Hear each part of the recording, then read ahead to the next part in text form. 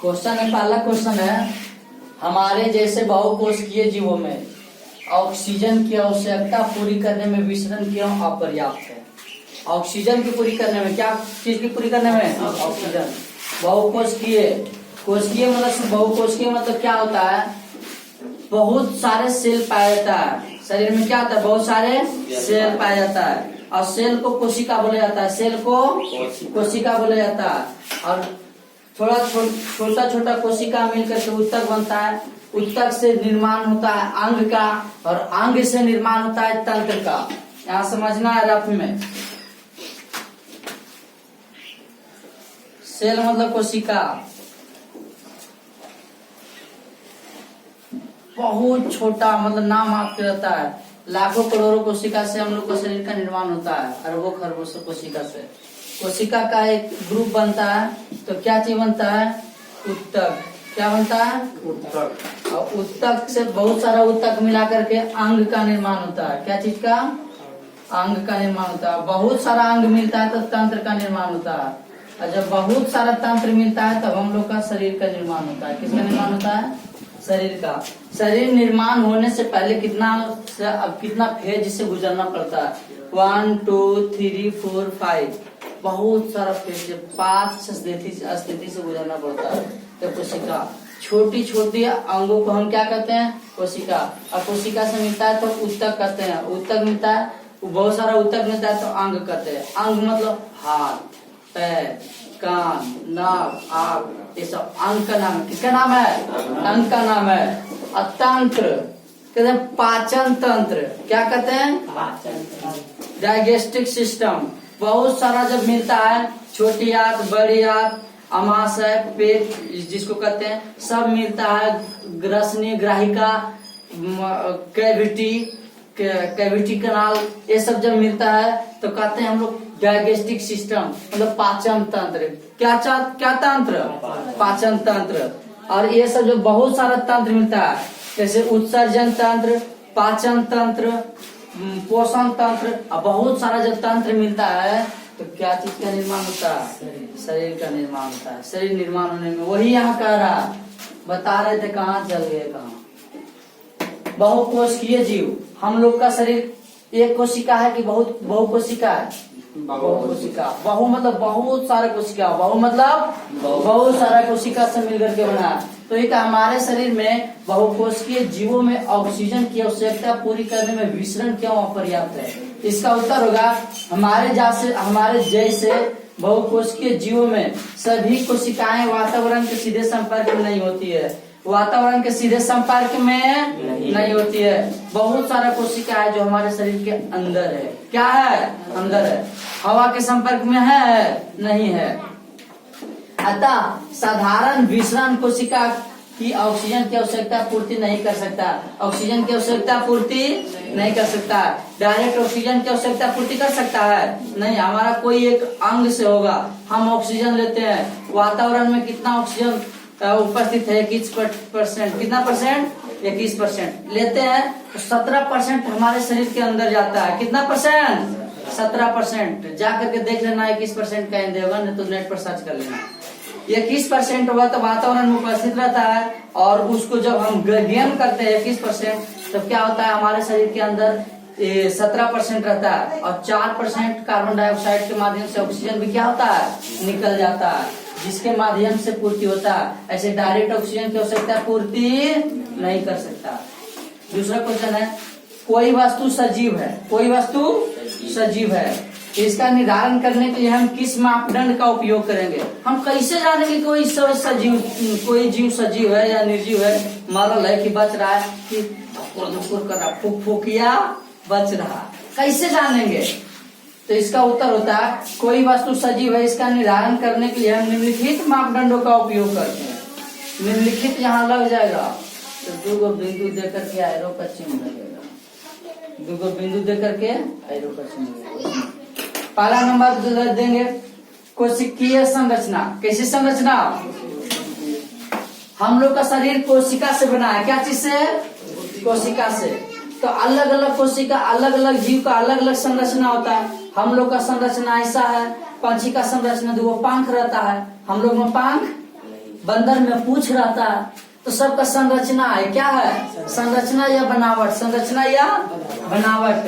तो कोशिकीय संरचना, विशेष आकृति और आकार। हम लोग का आकृति कैसा, अब कुत्ता की आकृति कैसा, खड़ा होगा तो दुम। पोषण, तीसरा में क्या? पोषण। पोषण मतलब भोजन। पोषण में आता है बहुत सारा विटामिन, आगे बताएंगे। विटामिन होता है, मिनरल खनिज होता है, उसके बाद कार्बोहाइड्रेट होता है, वसा होता है, ये सब चीज होता है जो पोषण के अंतर्गत लेते हैं। किसके अंतर्गत? पोषण के अंतर्गत। चौथा होता है श्वसन। जब जिंदा रहेगा तो निश्चित रूप से सांस लेते हैं, श्वसन। सांस लेते हैं तो श्वसन। उत्सर्जन, उत्सर्जन मतलब जानते होंगे, जब खाते हैं तो उसको फिर निष्कासन तो होता है, अब तो समझ गया होगा उत्सर्जन। वृद्धि, कोई भी बच्चा थोड़ा छोटा रहता है तो धीरे धीरे क्या होता है? बड़ा, तो वृद्धि होगा। कोई पौधा छोटा रहेगा तो धीरे धीरे बड़ा होगा। और इसका उदाहरण देने लगेंगे तो गिन नहीं सकोगे, बहुत सारा उदाहरण होता है, इसीलिए क्या लगा देंगे? कोई दिक्कत? आगे देखो, तीसरा क्वेश्चन है, किसी जीव द्वारा किन कच्ची सामग्रियों का उपयोग किया जाता है? किन कच्ची सामग्रियों का उपयोग किया जाता है? तो लिखेंगे कि किसी भी जीव द्वारा निम्नलिखित कच्ची सामग्रियों का उपयोग किया जाता है, ऐसे कुछ लिखा होगा। किसी भी जीव द्वारा कच्ची सामग्रियों के उपयोग से उस जीव में विकास एवं वृद्धि होती है, उस जीव में विकास एवं वृद्धि होती है, जो इस प्रकार है। पोषण, पोषण मतलब भोजन। अब भोजन जब लेते हैं तो भोजन में खाली आलू भात रहता है, आलू में कार्बोहाइड्रेट पाया जाता है। क्या चीज? कार्बोहाइड्रेट। और बहुत कुछ सोलेनिन वगैरह वगैरह पाया जाता है। चावल में भी कार्बोहाइड्रेट पाया जाता है। क्या पाया जाता है? प्रोटीन, प्रोटीन दाल में पाया जाता है। किसमें? प्रोटीन किसमें पाया जाता है? सबसे ज्यादा प्रोटीन दाल में पाया जाता है, उससे ज्यादा प्रोटीन पाया जाता है सोयाबीन में। किसमें? सोयाबीन में। सोयाबीन के बाद आता है मशरूम, उसके बाद दाल आता है। कार्बोहाइड्रेट चावल, रोटी, ये सब चीज में कार्बोहाइड्रेट पाया जाता है। हाँ, मतलब चावल या भात जिसको बोलते हैं। विटामिन, विटामिन जैसे हम क्या खाते हैं? फल। क्या खाते हैं? तो फल में क्या पाया जाता है? विटामिन पाया जाएगा, कुछ अम्ल पाया जाएगा, यही सब। वसा, वसा मतलब तेल, तेलीय चीज, तेलीय पदार्थ। कैसा पदार्थ? तेलीय पदार्थ। जैसे हम लोग खाते हैं घी, घी, घी मतलब तेलीय पदार्थ, उसमें वसा पाया जाता है। क्या पाया जाता है? वसा। घी हो गया, डालडा हो गया, तेल हो गया। और वही कहता है वसा ज्यादा उपयोग करता है तो आदमी मोटा जाता है, और कहता है चर्बी आ गया।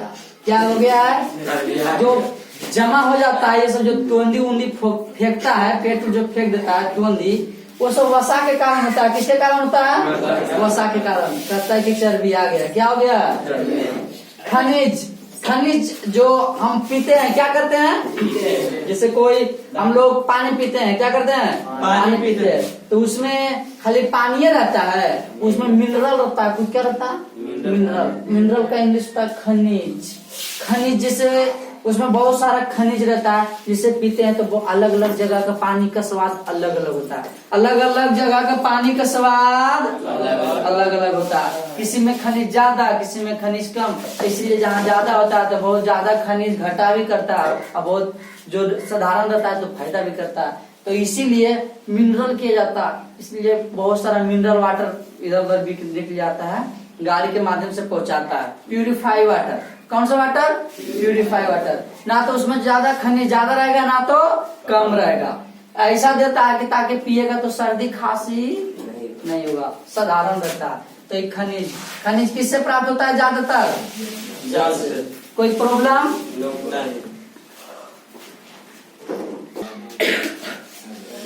स्वयंपोषी पोषण तथा विषमपोषी पोषण में क्या अंतर है? दोनों में अंतर बताना है। क्या बताना है? अंतर। स्वयंपोषी पोषण तथा विषमपोषी पोषण में निम्न अंतर है। एक तरफ स्वयंपोषी पोषण और दूसरा तरफ विषमपोषी पोषण। दो भाग में बांट देंगे। कितना भाग में? दो भाग में। स्वयंपोषी पोषण में जीव अपना भोजन स्वयं बनाता है, अपना भोजन स्वयं बनाता है। जैसे पेड़ पौधा प्राकृतिक वस्तुएं द्वारा प्रदत्त पदार्थ को उपयोग करके स्वयं पोषी पोषण में अपना भोजन स्वयं बनाता है। स्वयं पोषी पोषण में जैसे हरे पेड़ पौधा। विषम पोषी पोषण में जीव अपना भोजन किसी दूसरे पर निर्भर रहता है, किसी दूसरे पर निर्भर रहता है। मतलब कि कोई भी हम लोग जैसे हम लोग स्वयं पोषी पोषण में कि विषम पोषी पोषण में, विषम पोषी पोषण में है। हम लोग दाल भात बनाएंगे तब खाएंगे, और उसमें क्या होता है, पेड़ पौधा में लगा है, उसको दाल भात की जरूरत प्राकृतिक चीजें द्वारा प्रदत्त जल, वायु, कार्बन डाइऑक्साइड, सूर्य का प्रकाश, उसके पत्तियों में क्लोरोफिल सब कुछ उपस्थित रहता है, जिससे अपना भोजन स्वयं बनाता है। लेकिन हम लोग दाल भात खाते हैं तो उग जाएंगे तब न खाएंगे, न उग जाएंगे तो पेट चाट के सुते रहेंगे पानी पी के। विषम स्वयं पोषी पोषण में प्रकाश संश्लेषण होता है। प्रकाश क्या होता है? प्रकाश संश्लेषण होता है। लेकिन विषम पोषी पोषण में प्रकाश संश्लेषण, पेड़ पौधा एक जगह खड़ा है, खाना पीना नहीं दो, कुछ नहीं दो, पानी नहीं दो, धूप लगेगा, उसका भोजन बन जाएगा। हम लोग को धूप में खड़ा कर दो, खाना नहीं देगा तो पेड़ पौधा लाखों हजारों वर्षों तक रह जाता है, हजारों 4000 5000 वर्ष तक रह जाता है पेड़ पौधा। लेकिन हम लोग यदि 1 साल खड़ा कर दे धूप में, हम लोग को यदि 1 साल धूप में खड़ा कर दे तो हम लोग को क्या भोजन बना पाएंगे? नहीं। तो हम लोग विषम पोषी पोषण, कौन सा पोषण? विषम पोषी पोषण। देखो तीसरा में स्वयं पोषी पोषण में, स्वयं पोषी पोषण में सूर्य के प्रकाश की जरूरत होती है। किसकी प्रकाश की जरूरत होती है? सूर्य की प्रकाश की जरूरत होती है। लेकिन विषम पोषी पोषण में सूर्य की प्रकाश की जरूरत, हम लोग का सूर्य के प्रकाश की जरूरत है नहीं, क्योंकि हम लोग बहुत सा जो नाविक लोग रहते हैं, जो जहाज के अंदर, पानी के जहाज के अंदर रहते हैं, 6-6 महीना 7-7 महीना बड़े बड़े समुद्र में रह जाते हैं, जैसे बंगाल की खाड़ी, अरब सागर, लाल सागर, खंबात की खाड़ी, ये सब जो बड़े बड़े खाड़ी है, बड़े बड़े महासागर सागर, उसमें जो एक देश से दूसरे देश सामान लेकर के जो जाते हैं नाव से, तो उसमें क्या होता है कि जो उसमें नाविक जो रहते हैं, जिसको नेवी कहते हैं, नेवी में जिसको जॉब लगता है, वो सब पानी के अंदर रहते हैं, उनको धूप लगता नहीं है। धूप खाने का होता है तो सपार के जाते हैं कि नाव जहाज के ऊपर में जाके बैठते हैं कि धूप खाएंगे। लेकिन आदमी विषम पोषी पोषण को सूर्य के प्रकाश की जरूरत नहीं होती है, पर कोई पूरा जरूरत नहीं होती है। स्वयं पोषी पोषण सिर्फ दिन में अपना भोजन बनाते हैं। कब भोजन बनाते हैं?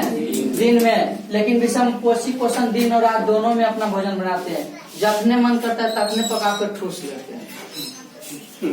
मतलब कि हम लोग विषम पोषी पोषण, हम लोग विषम पोषी पोषण। आगे देखो क्वेश्चन नंबर 6, प्रकाश संश्लेषण के लिए आवश्यक कच्ची सामग्री पौधा कहाँ से प्राप्त करता है? पौधा है तो उसका तो भोजन जरूर होगा, भोजन तो बनाने के लिए कुछ ना कुछ तो करेगा, तो भोजन बनाने के लिए उसको कच्ची सामग्री प्रयोग करता है, प्राकृतिक संसाधन द्वारा जो दिया हुआ रहता है। कौन कौन?